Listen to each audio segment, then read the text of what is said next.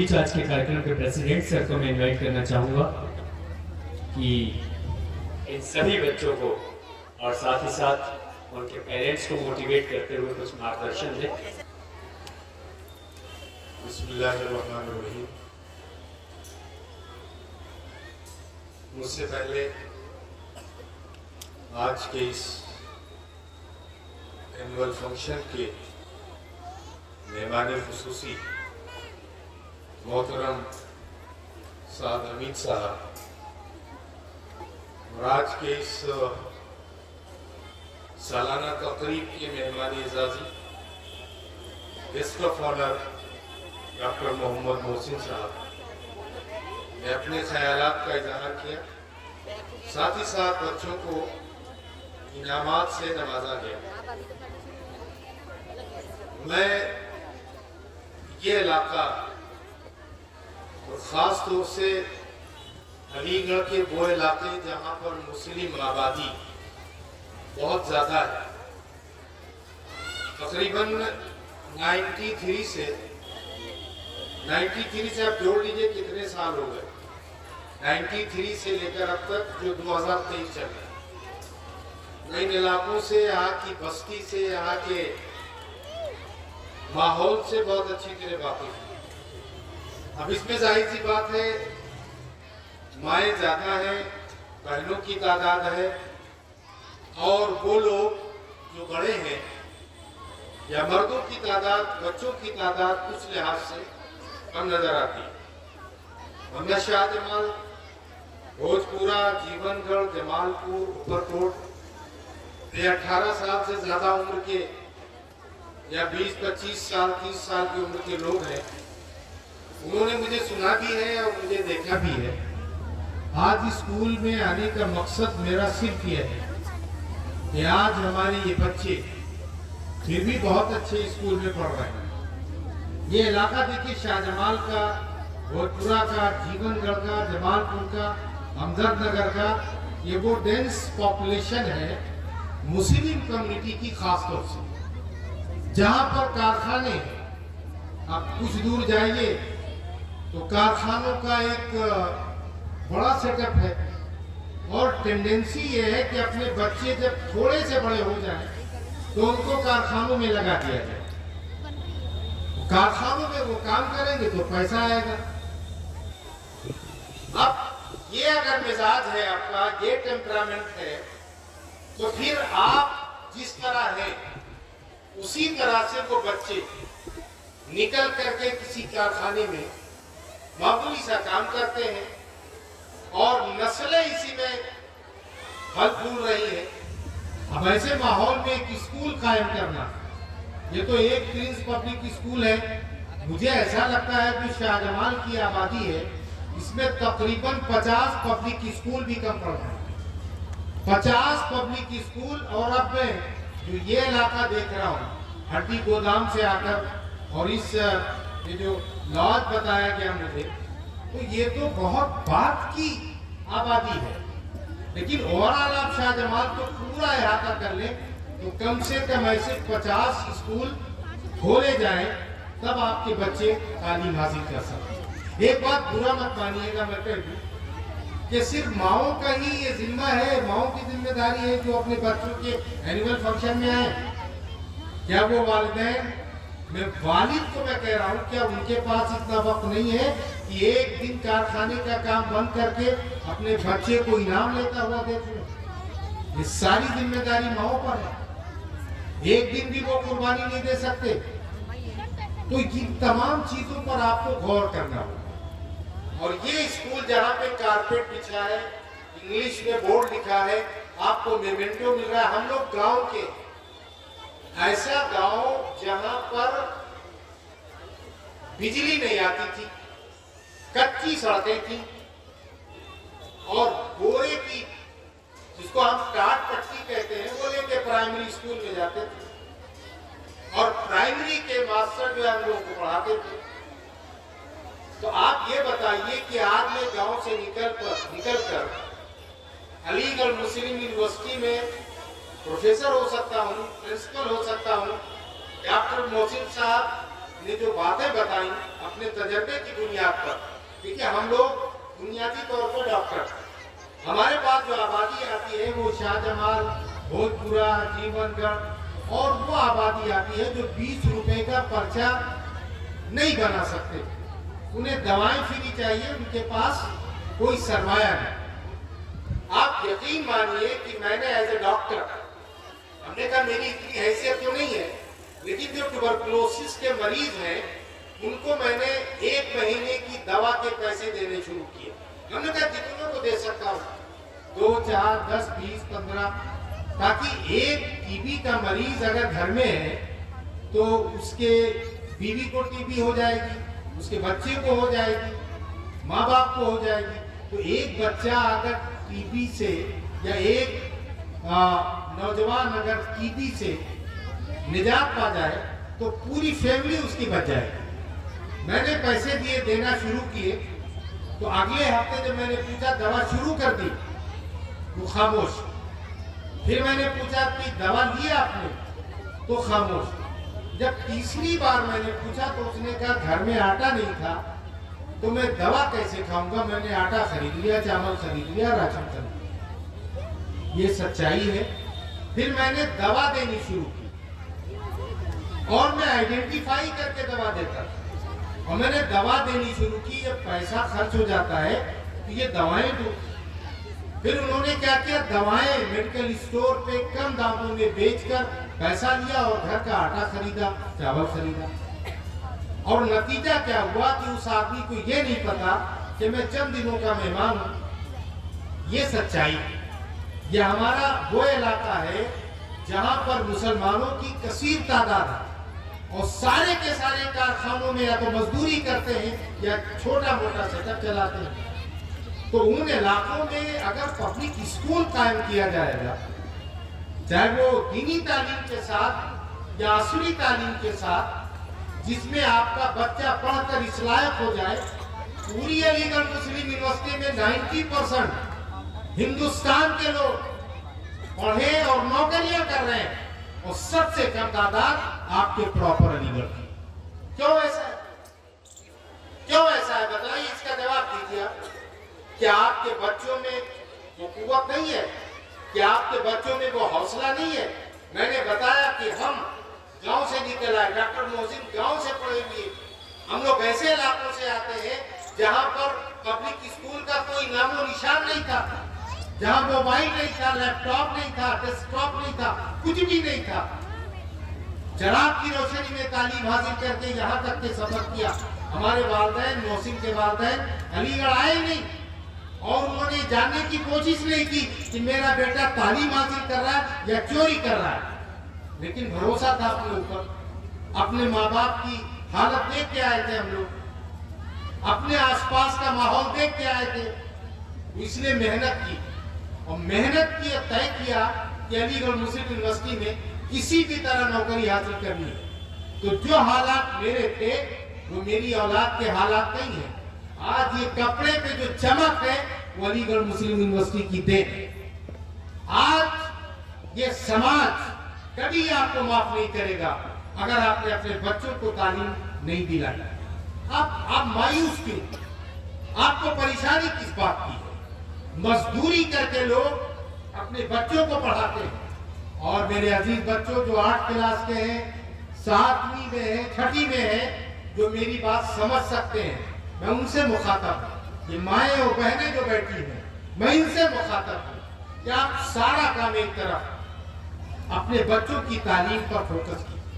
سعد حمید صاحب نے کہا جہاں ضرورت محسوس کر میں اسکول کے مینیجر اور اسکول کی پرنسپل صاحبہ اور بہت سارے ٹیچرز، اگر آپ کو لگتا ہے کہ کوئی بچہ فیس نہیں جمع کر سکتا اور وہ نیڈی ہے، ضرورت مند ہے، تو ایسے 10-15 بچوں کی نشاندہی کر کے صرف میرے ٹیلی فون پہ آپ بتا دیجئے، میں زیادہ تو نہیں 10-15 بچوں کی فیس میں جمع کر سکتا ہوں، اور اس کے باوجود بھی آپ بچوں کو نہ پڑھائیں تو پھر یہ بدقسمتی ہے اور کچھ نہیں، یہ بدقسمتی ہے۔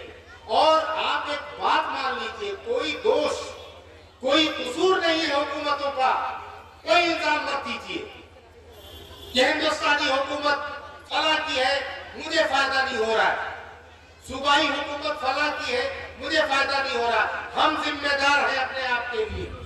बच्चों की तालीम नहीं हो रही है तो उसकी जिम्मेदार हुकूमत नहीं है, आप जिम्मेदार हैं। आपके पास स्कूल है, आप चले जाइए प्राइमरी स्कूल में। और मुझे अंदाजा इस बात का है, मास्टर अब्दुल हफीज साहब चले गए, ये प्राइमरी स्कूल और जूनियर हाई स्कूल के टीचर थे, आप चले जाइए। कितनी तादाद है? 10, 15, 20, 25। जब कोई सीजन आता है तो सारे बच्चे अपना खेतों में काम करते हैं, और जब उनको कोई चीज मिली होती है गवर्नमेंट की तरफ से तो आ जाते हैं, ले लेते हैं, फिर चले जाते हैं। तो ये उन स्कूलों की बात कर रहा हूं जो गवर्नमेंट की तरफ से बनाए गए, नहीं हमारे बच्चे नहीं पढ़ते। तो ये पब्लिक स्कूल जो कायम हुआ है, इसको अपग्रेड करिए, इसको मुस्तहकम बनाइए। और बहुत सारे अहले खैर हजरात यहाँ बैठे हैं जो इसके ट्रस्टी हैं, मैं आपसे गुजारिश करता हूं सर कि इस तरह के कम से कम 8-10 पब्लिक स्कूल, कम से कम 8-10 पब्लिक स्कूल पूरे शाहजमाल के गोशे गोशे में हो जाएगा, तब तालीमी सफर का आगाज माना जाएगा। एक पब्लिक स्कूल से कुछ भी नहीं होना है। बहुत बड़ी आबादी है, बहुत बड़ी आबादी है। और ज्यादातर मैं देखता हूं कि बच्चे जो यूनिवर्सिटी के तरफ में जमालपुर, हमदर्दनगर, वो बच्चे इस्तेमाल होते हैं क्रिमिनल एक्टिविटी में। क्या उनको ये हक नहीं कि वो तालीम हासिल करें, अलीगढ़ मुस्लिम यूनिवर्सिटी में नौकरियां करें?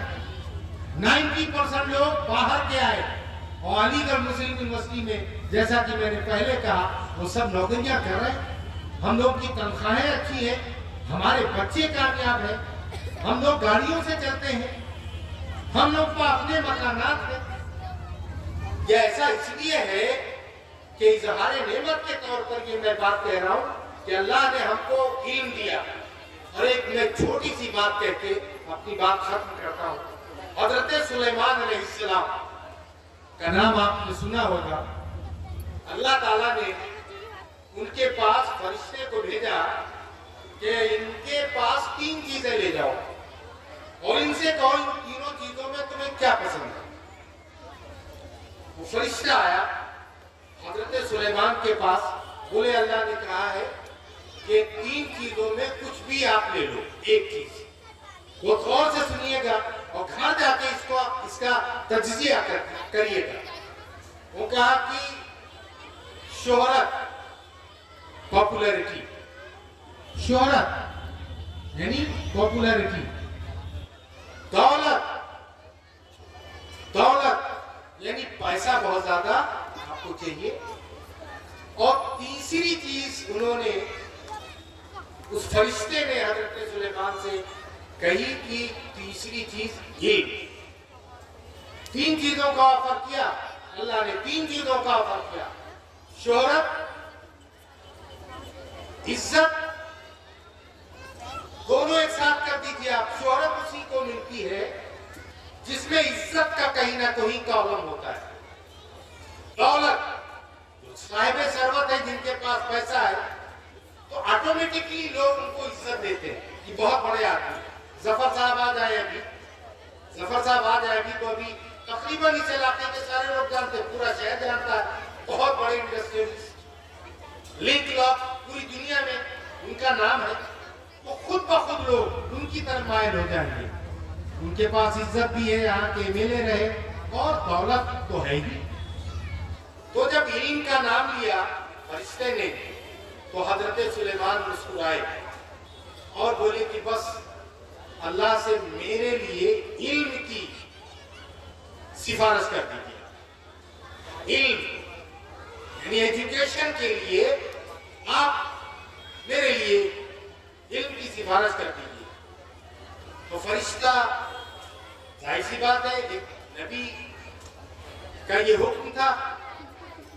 तो फरिश्ते ने कहा कि भाई दौलत, अब तुम्हारा काम खत्म, अब तुम चलो। अल्लाह ने जो हुक्म दिया था उसमें हजरत सुलेमान ने इल्म को पसंद किया, और शोहरत से कभी तुम्हारा भी कोई काम नहीं, तुम रिजेक्ट हो गए, तुम भी चलो।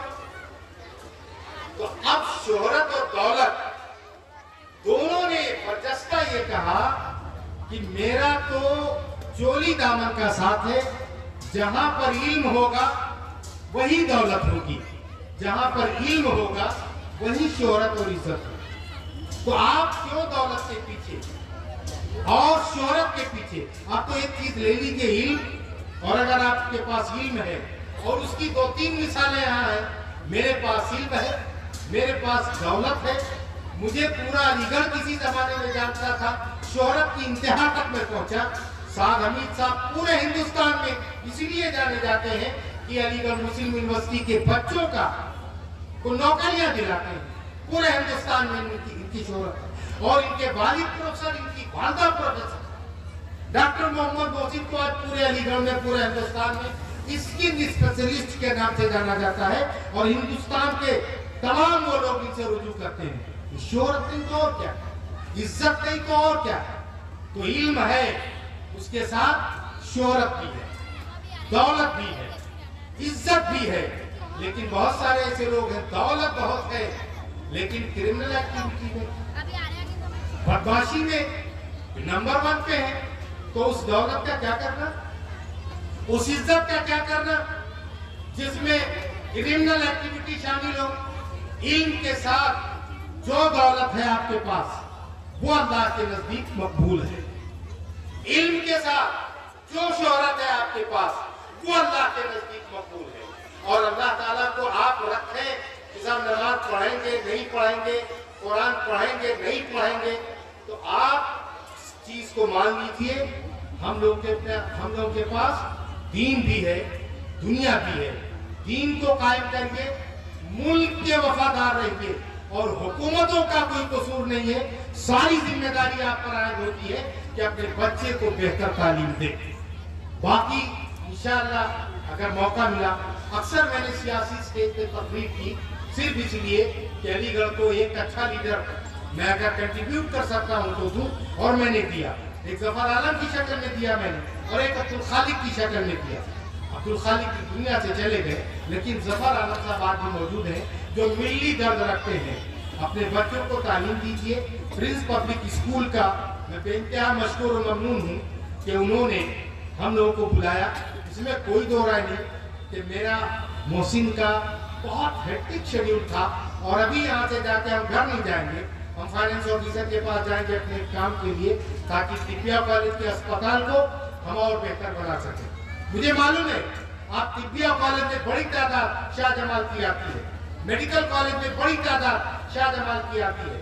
اس وقت ہمارے پاس دواؤں کی قلت ہے، اس کی بڑھوتری کے لیے، اس کے اضافے کے لیے ہم لوگ دن رات لگے ہوئے ہیں۔ تو میں انہی الفاظ کے ساتھ میں تمام منتظمین کا اور تمام پیرنٹس کا، بالخصوص ماؤں کا، اور میری آواز آپ اپنے شوہروں تک بھی پہنچا دیجئے کہ دونوں کا کنٹریبیوشن ہے، دونوں کو ایک دن کی قربانی دینی پڑے گی، چاہے اس کے پاس علم ہو یا نہ ہو۔ میں ایک اور بات کہتا ہوں، آپ قرآن شریف، ایک صاحب کو قرآن شریف نہیں پڑھنا آتا تھا، لیکن جذبہ تھا، بڑے ہو گئے، جذبہ تھا کہ اب قرآن شریف پڑھوں، تلاوت کروں۔ تو تلاوت کرنے کے لیے ان کو بڑی محرومی ہوئی کہ اب پڑھ نہیں سکتے، تو ایک قرآن پڑھنے والے کو اپنے پاس دکھایا اور کہا بھی تم قرآن شریف پڑھو، میں سنوں گا۔ تو اللہ تعالیٰ مجھے اس کا ثواب دے۔ کچھ دنوں تک یہ سلسلہ چلا، قرآن پڑھا جاتا تھا، وہ سنتے تھے، اور اس کے بعد انہوں نے اپنے دل میں نیت کی اللہ تعالیٰ میں کب تک دوسروں کے سہارے۔ قرآن شریف انہوں نے کھولا، پڑھنا آتا نہیں تھا، تو انہوں نے کمزور ہو چکے تھے، تو انہوں نے بس یہ نیت کی اللہ تعالیٰ میں قرآن پڑھ رہا ہوں تو قبول کرنے والا۔ تو انہوں نے ہر لائن پر ایک آہستہ آہستہ اپنی انگلی پھیرنا شروع کی، اور نیت یہ کی کہ میں قرآن پڑھ رہا ہوں۔ تو ایک پیج پہ جو وقت لگتا ہے قرآن پڑھنے والے کو، انہوں نے کیلکولیٹ کر کے لگایا، اور اس طرح سے وہ 1 مہینے میں 2 مہینے میں اس طرح سے وہ قرآن انہوں نے مکمل کیا۔ اللہ تعالیٰ کو یہ ادا بہت پسند ہے۔ آپ نیت تو کریے، आप नियत करिए, आप इरादा करिए कि पैसा इशू नहीं है, फाइनेंशियल मैटर इशू नहीं है। बहुत सारे अहले खैर हैं जो आपके बच्चों को तालीम के लिए पैसा दे देंगे। नियत तो आप करिए, अल्लाह ताला गैर से मदद कर देगा। आप नियत करिए, कारखाने आप चलाइए, मैं मना नहीं करता, लेकिन अपने बच्चे को मजदूर मत बनाइए, वरना नस्लें तबाह हो जाएंगी, नस्लें तबाह हो जाएंगी। और ये बेलाग गुफ्तगू मैं इसलिए करता हूँ कि रोना आता है मुझे इन इलाकों को देखकर। अपने पैरों पर अपने बच्चों को खड़ा कीजिए। साद हमीद साहब ने कहा कि एक रोटी कम खाइए। मैं कह रहा हूँ कि अगर आपके खुराक में 2 रोटी शामिल है तो 1 रोटी कम खाइए, वो पैसा अपने बच्चे की तालीम पर खर्च किए। मैंने अपनी पूरी जिंदगी भर मैं आखिर में 2-3 दुआया अशार पढ़ता हूँ, और शायद अल्लाह ने आज ये जो मर्तबा दिया है वो उसी दुआया अशार की देन है। चाहे सियासी हो, समाजी हो, मजहबी हो, मिली हो, कोई भी जलसा हो, मैं ये दुआया अशार पढ़ता हूँ। और आखिर में पूरी मिल्लत के लिए, पूरे मुल्क के लिए इसी में दुआएं शामिल हैं। ऐ की शाने की बिरियाई रा बगीती आईनी, ऐ की फरदा बर लबस बाशत सदाए उम्मती, रहम फरमा तशना कामा, ऐ की शाने रहमती रहमतुल्लिल आलमीन, लिल्लाह उंदुर हालना सबसे गुंबद के मकी, लिल्लाह इस्मा कालना। अस्सलामु अलैकुम रहमतुल्लाहि व बरकातहू।